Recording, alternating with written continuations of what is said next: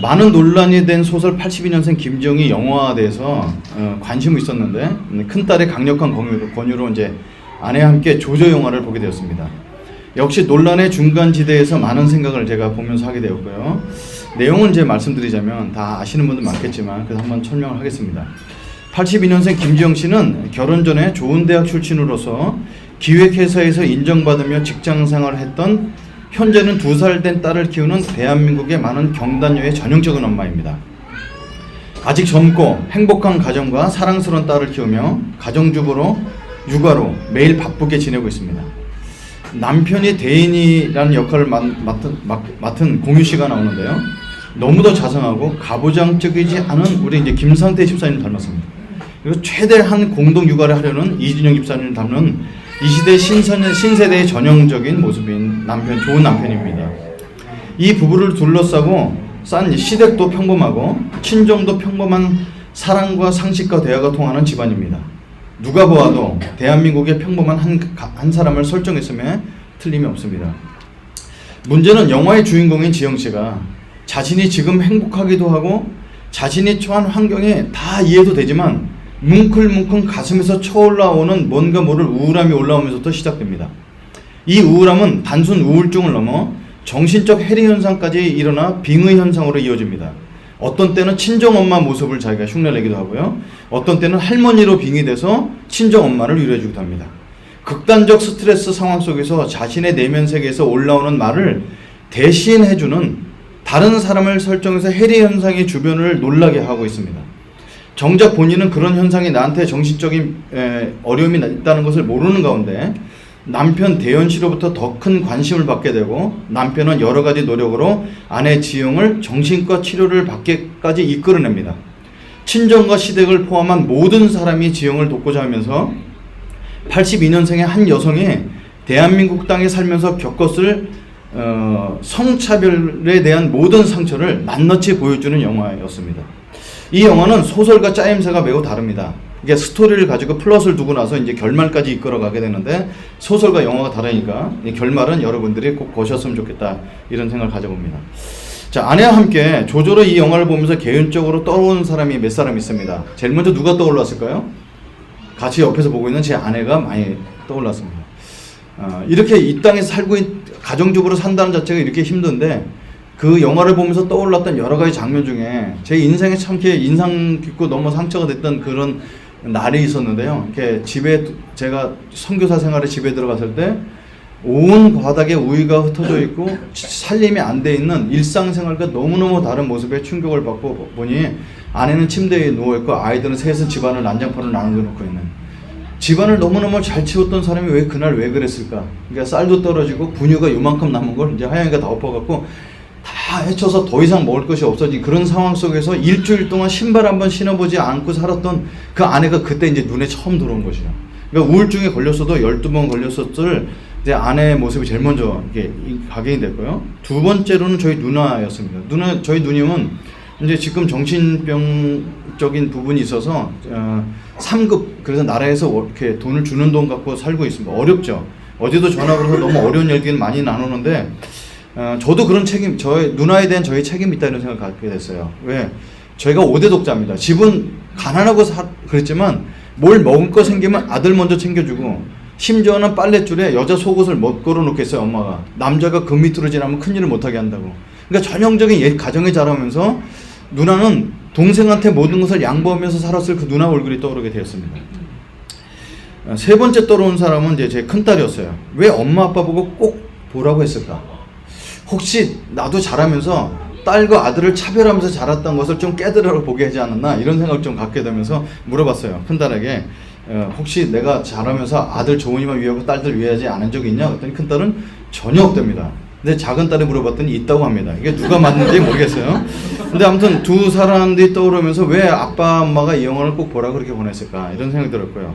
네 번째 떠올랐던 사람은 우리 여성계 회원들이었습니다.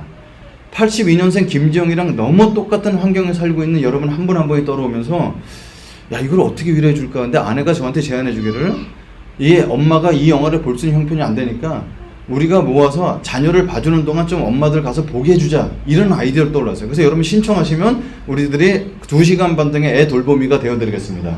그래서 영화를 보세요. 진짜로 돈까지 드릴 수는 없는 형편이다. 아무튼 보시면 저희들이 애들을 봐드리도록 하겠습니다. 이 영화를 다 보고 난 저의 느낌은 82년생 김지영은 페미니즘 영화인 줄 알고 보았는데, 오히려 이 영화는 한 여성을 선정해서 당시 받을 수 있는 여성 차별에 대한 집합수와 같은 경험을 다 받게 되는 설정을 한 픽션 소설이었습니다.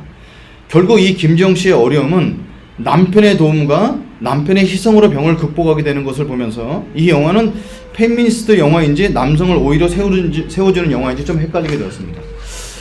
영화 내내 슬프고 답답한 것은 주인공 김지영 씨의 탈출구가 없다는 것입니다. 많은 사람들이 영화를 보고 SNS에 슬프다, 울다, 나도 가면서 울었다, 이렇게 많은 표현을 했는데 뭐가 그렇게 울었을까? 그러니까 김지영 씨의 탈출구가 없다는 것이죠. 시부모가 악하고 나쁜 시부모면 피하면 됩니다. 남편이 바람둥이거나 가사에 전혀 관심이 없는 아내와 소통이 안 되는 남편이면 까짓거 이혼해버리면 되죠. 근데 김지영 씨가 마주하고 있는 현실은 다른 사람에 비해 가혹하지도 않고 혐오스러운 사람들에게 고통받는 것도 아니라는 데 문제가 있습니다. 그냥 김지영 씨는 대한민국에서 아주 평범한 육아를 하고 있는 사람이라는 게 오히려 큰 문제가 됩니다.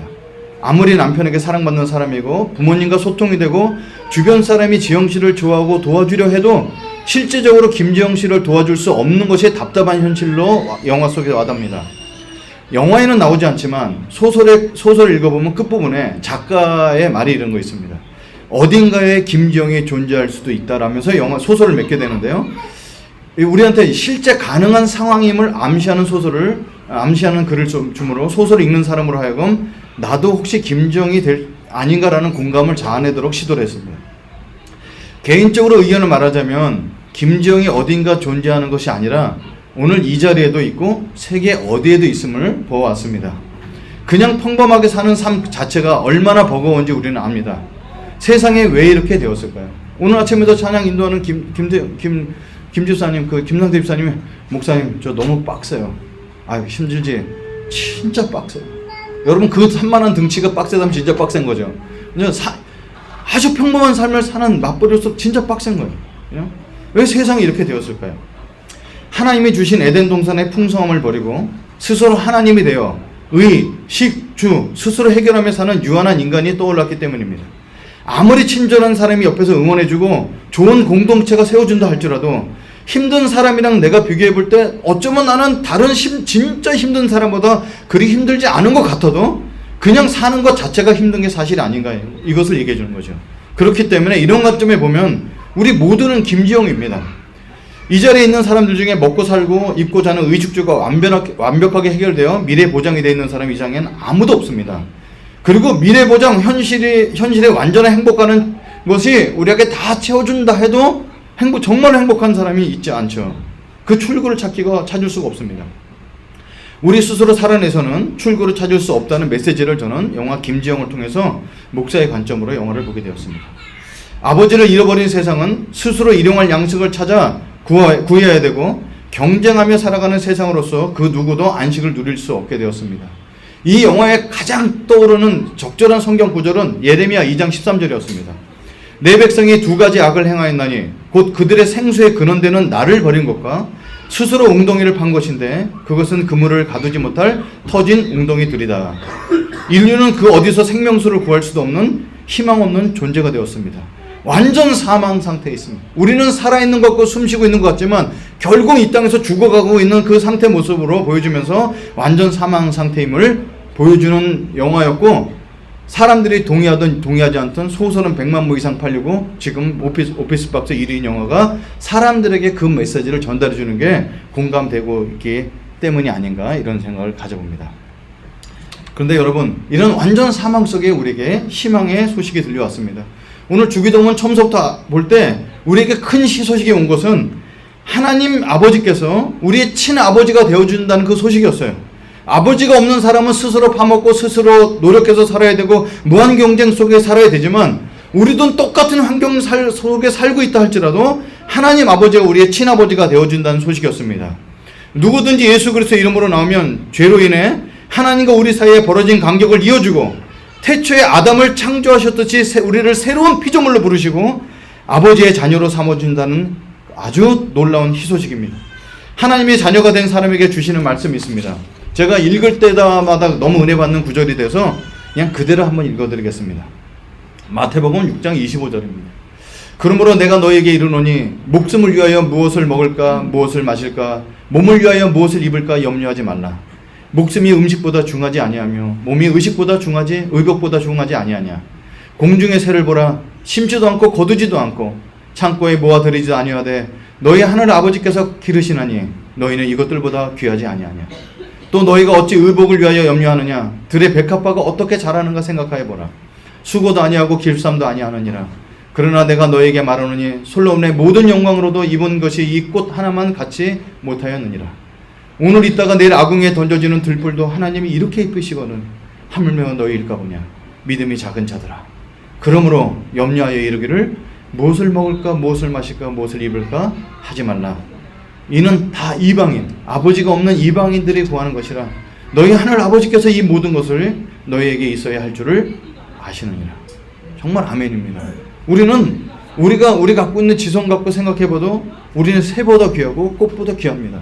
당연히 우리의 피를 아시고 채워주시는 주님이시라는 것을 성경 말씀이 아주 구구절절 아주 유치원적인 갖고 있는 이 예화를 통해서 우리에게 분명히 말씀해 주십니다. 근데 우리의 문제가 있어요. 하나님의 자녀된 문제는 하나님의 자녀가 되어서도 일용할 양식을 내가 노력해서 벌어야 먹고 살아야 된다는 의식을 갖고 있다는 겁니다. 맞아요. 우리는 일해야 되는 것은 당연하고 그 모든 조건 우리가 맞춰야 된다고 생각하고 있지만 오늘 성경 하나님 살아계신 하나님 말씀해 주시는 것은 그 모든 조건이 하나님부터 오는 것을 잊지 말라고 우리에게 말씀해 주시는 겁니다. 여러분 이렇게 생각할 수 있어요. 내가 일 잘하니까 살고 있는 거지 그 건강을 하나님께서 주신다는 것을 기억하라는 말씀입니다. 내가 운영을 잘해서 회사가 잘 돌아가는 거지 회사를 돌려서 이윤을 낼 수 있는 사회 구조를 하나님께서 지켜주신다는 사실입니다. 그래서 모든 힘, 모든 지혜, 모든 인프라가 하나님 손에 달려있는데 우리는 내가 일해서 일용할 양식을 얻는다고 당연히 알고 살아가는 것에 대해서 하나님께서 기억하라고 오늘 말씀하신다는 사실입니다. 제가 오늘 말씀 준비하다가 우리 몇 사람을 좀 돌아보게 됐어요. 여러분 여기 제가 우리 교회 조그마니까 다 아는 얘기여서 그냥 소명을 하면서 얘기하는데 조상희 집사님을 제가 총각 때 만났어요. 그때 만나서 이렇게 얘기하다 보니까 이직을 위해서 기도합니다. 몸은 나이를 먹었는데 무거운 걸 들어야 되는 직업에서 좀 바꿔달라 기도해서 여러분 저는 다른 기도 제목 얘기한 거 다 잊어버리는데 그것은 안 잊어버려져요. 그래서 계속 기도했어요. 정말 취업이 되니까 이직되니까 너무 기쁘더라고요. 근데 이직을 했더니 낮과 밤을 거꾸로 사는 직업이에요. 그러니까 낮과 밤을 정상으로 달라 기도했어요. 낮과 밤 정상으로 해요. 여러분 이게 하나님께 왜 우리가 이렇게 기도하면서 살 수밖에 없는 환경을 주시는가. 그러니까 너무 기뻤습니다. 여러분 재작년 벌써 됐네요. 1월 달에 갑자기 한 가정이 왔어요. 생각지도 못한 가정이었습니다. 누구였어요? 이진영 집사님 가정이었어요. 애가 데리고 왔는데 밥 먹다가 옆에서 얘기를 나눴어요. 어떻게 우리가 오게 됐냐 했더니 중국 땅에 가게 됐는데 3개월 만에 회사가 망해서 퇴출돼서 나왔다는 거예요. 그럼 저는 제일 관심이 일용할 양식입니다. 그래서 그 당시에는 그렇게 친하지가 않았죠. 전화 걸기도 좀 그랬지만 전화를 걸어서 어떻게 살 생각이냐 했더니 입에서 나온 말씀이 푸드트럭이라도 해서 먹고 살라고요. 그런데 막 그날 밤에 잠이 안 오는 거예요. 아니 어떻게 아이를 데리고 있는 사람이 중국 땅에서 퇴출당해서 와서 푸드트럭을 할 생각을 하나. 그래서 제가 그런 짓은 잘 안 하는데 우리 이제 이 사무실 반을 제공해 주는 그 사장님한테 전화 걸어서 우리 이러이러한 사람이 있는데 세일즈 잘할 것 같다. 한번 면접해봐달라. 이렇게 전화를 했어요. 근데 마침 통화 중이라서 전화를 끊으려고 했는데 이분이 전화 받더니 목사님 지금 중요한 미팅이 있어서 잠시 후에 전화 드릴게요. 끊더라고요. 그래서 끊었어요. 그러면서 한 10분 있다 전화 와서 왜 무슨 일을 전화했냐 그래서 이러이러한 소개했다고 했더니 너무 놀라는 거예요. 왜? 조금 전에 자기가 비즈니스 사업을 하나 시작했는데 이걸 하는 사람이 전화해서 난 못하겠다고 하는 거예요. 이거를 누굴 대신 시키지 하고 있는데 내가 그 5분 전에 전화했던 겁니다. 그래서 연결해서 지금 이 일을 하고 이 일이 연결돼서 양준호 형제까지 나가서 일하게 되는 이런 걸 보게 되는데 너무 극적이라는 거죠. 일용할 양식을 채워준 게 너무 극적이라는 거예요. 여러분 지난 10월 31일 날 이렇게 한 사람이랑 얘기를 나누게 됐는데 여러분 제가 월 말이 되면 생각나는 사람이 있어요. 누굴까요? 오늘 안 하는데 이 강병호 부부입니다. 매달 말일 날 월세를 내야 되는데 항상 어렵습니다. 지난달에도 100만 원이 부족했는데 이렇게 누구 캘리를 그냥 공짜로 써줬는데 그분이 무슨 일인지 말일날 전화해갖고 그동안 캘리를 공짜로 받았는데 내가 돈을 보내겠다고 100만 원을 줘서 채워줬다는 간증을 하는 거예요.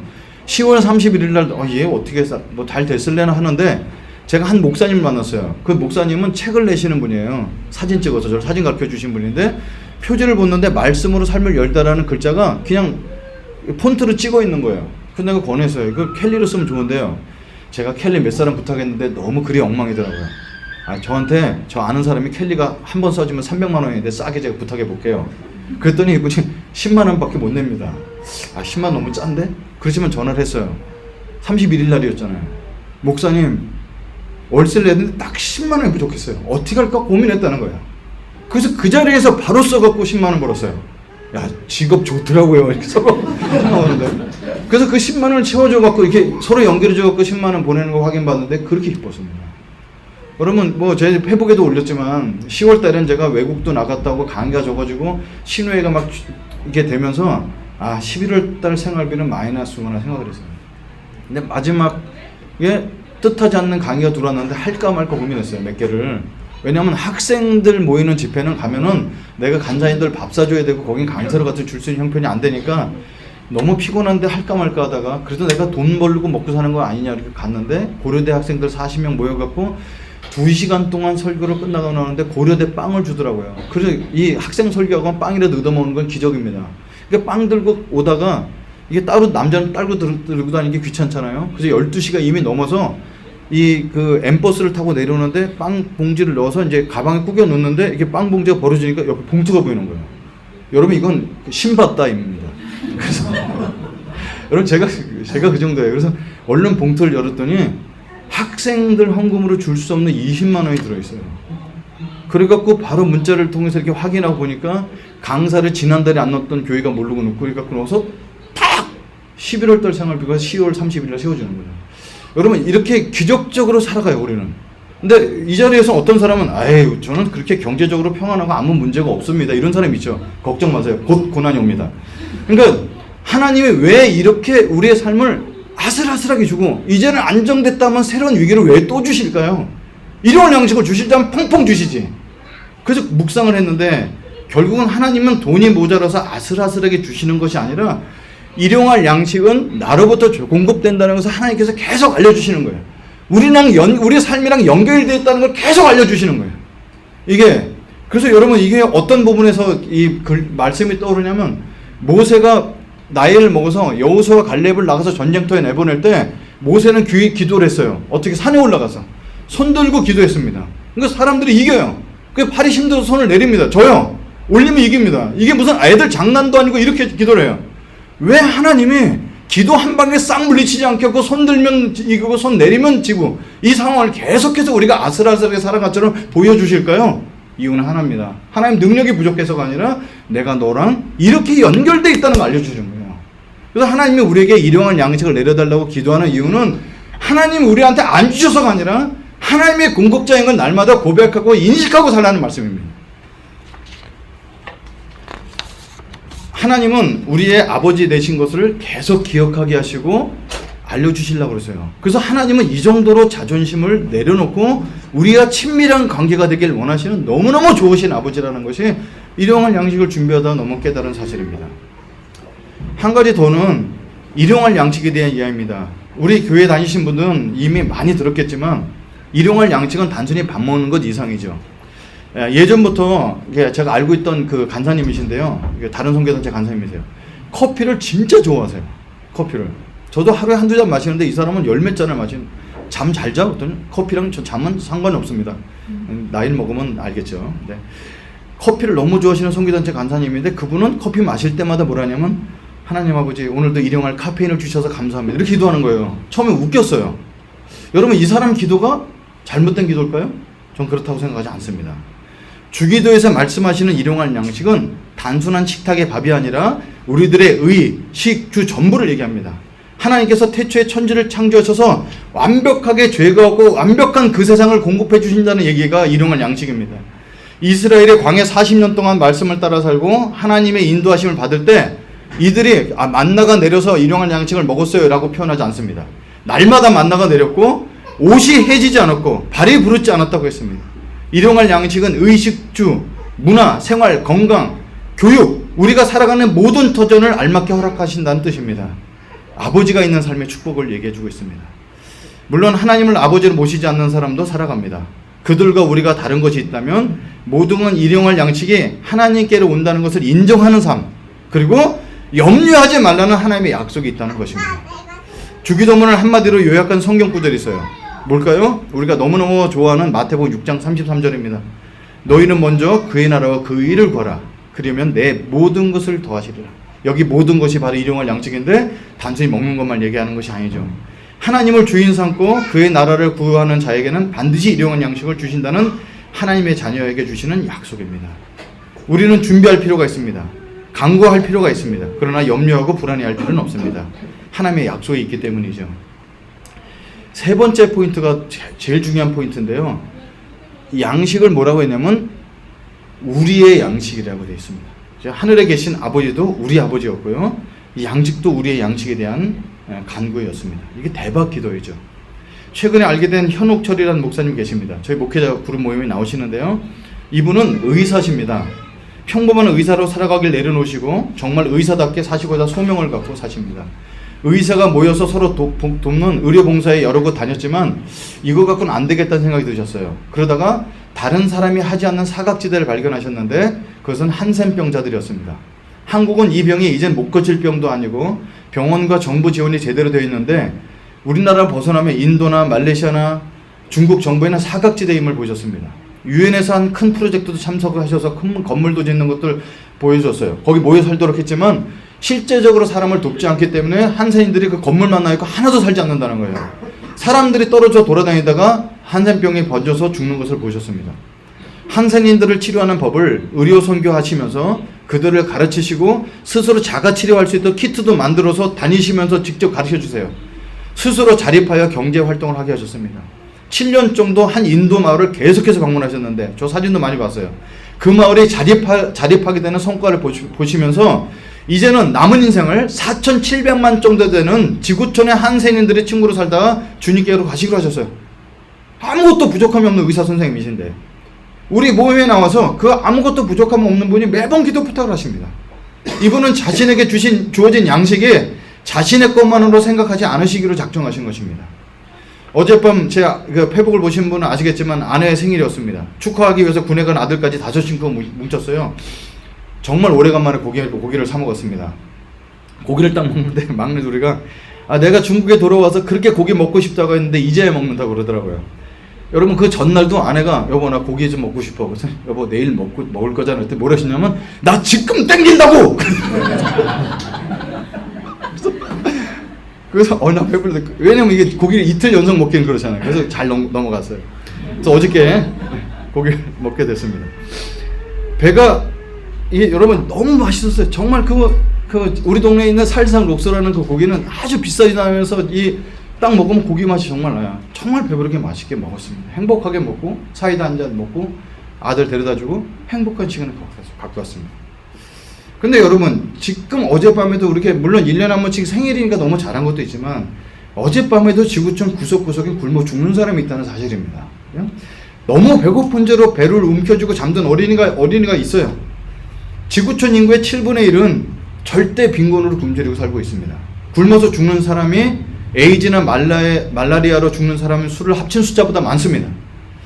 이들을 포함하는 것이 우리의 양식이라고 얘기해 주시고 계신 거죠. 처음에는 나의 양식도 못 가늠하는 우리 청소년 시절을 보내다가 나의 양식을 위해서 기도하다가 가족의 양식을 위해서 기도하고 가까운 교회라든지 어떤 우리가 속한 공동체 양식을 구하다가 이제는 이 나라 민족의 양식을 구하는 사람이 되어가는 것을 하나님은 성숙이라고 말하십니다. 기도 10분 했던 사람이 30분씩 하고 성경을 수십 독하고 성경을 꿰뚫고 있는 것을 성숙이라고 얘기하지 않고 그 말씀이 우리 눈을 열어서 하나님의 관점으로 세상을 보고 삶을 오픈하게 되는 것을 성숙이라고 얘기한다는 사실입니다. 저는 이 주기도문을 준비하면서 정말 놀라운 사실을 지금 목사 생활 30년 하면서 다시 한번 깨닫는 사실이 있는데 그건 기도의 중요성이라는 거였어요. 여러분 전 진짜 싫어하는 게 기복신앙입니다. 왜 우리 어머님도 그렇게 평생 굿하면서 신을 감동시켜서 받아내려고 하셨던 그 처절한 삶을 사는 걸 봤기 때문에 기복신앙은 하나님의 뜻이 아닙니다. 기복신앙은 기복신앙의 중심은 이기주의예요. 많은 종교활동과 정성으로 신을 감동시켜서 내가 얻고자 하는 것을 얻어내는, 자기가 받을 복이 그것이 하나님으로 사는 사람들을 기복신앙의 모습이에요. 그래서 기복신앙처럼 기도하지 않으려고 했습니다. 그런데 이게 너무 잘못돼서 강조되면은 아예 기도를 하지 않는 사람처럼 돼버립니다. 이건 또 다른 실패의 모습이죠. 오늘 주기도를 계속 배워나오는데 이건 기도입니다. 기도 생활에 변화가 있어야죠. 오늘 본문을 묵상하면서 야, 기도를 정말 더 해야 되겠구나 생각하게 됐어요. 좋으신 하나님을 아버지로 삼으니 뭐든지 주시고 싶어 하시는 아버지의 마음을 알고 우리의 일용할 양식되는 의, 식, 주, 자녀, 교육, 건강, 문화, 이웃, 북한, 소말리아 한산인들의 필요를 위해서 채워달라고 기도하는 건 아주 성경적인 기도라는 사실을 더 많이 알게 됐습니다. 그래서 하나님께서 오늘 주기도문을 통해서 우리에게 필요한 양식을 내려달라고 기도하라는 것은 너희들 먹고 살 거 염려해라 이런 것이 아니고 우리의 기도의 폭이 이렇게 넓어져서 하나님의 마음을 시원케 해드리는 사람이 되기를 원하시는 것입니다. 그래서 정말로 우리의 가까운 교회가 나오셔서 우리가 교회가 개척된 지 4년이 넘었는데 이제 우리의 기도폭이 넓어져서 이웃과 가까운 삶을 살아가는 우리 삶이 되기를 간절히 축원합니다. 지금까지 배운 주님께서 가르쳐 주신 기도를 하자면 이렇게 우리 배운 용어를 하자면 이렇습니다. 우리들의 좋으신 하늘 아버지께서 창조주이심을 알게 하시고 우리들의 마음과 삶을 통하여 하나님의 영광이 나타나며 아버지가 다스리는 나라가 혼이 드러나게 하옵소서. 아버지의 다스리심이 하늘에서 이루어진 것처럼 이 땅에서도 이루어지도록 우리를 사용하여 주옵소서. 우리들의 모든 필요한 것을 아버지께 간구함으로 잘 받아 누리게 하옵소서. 기도하겠습니다.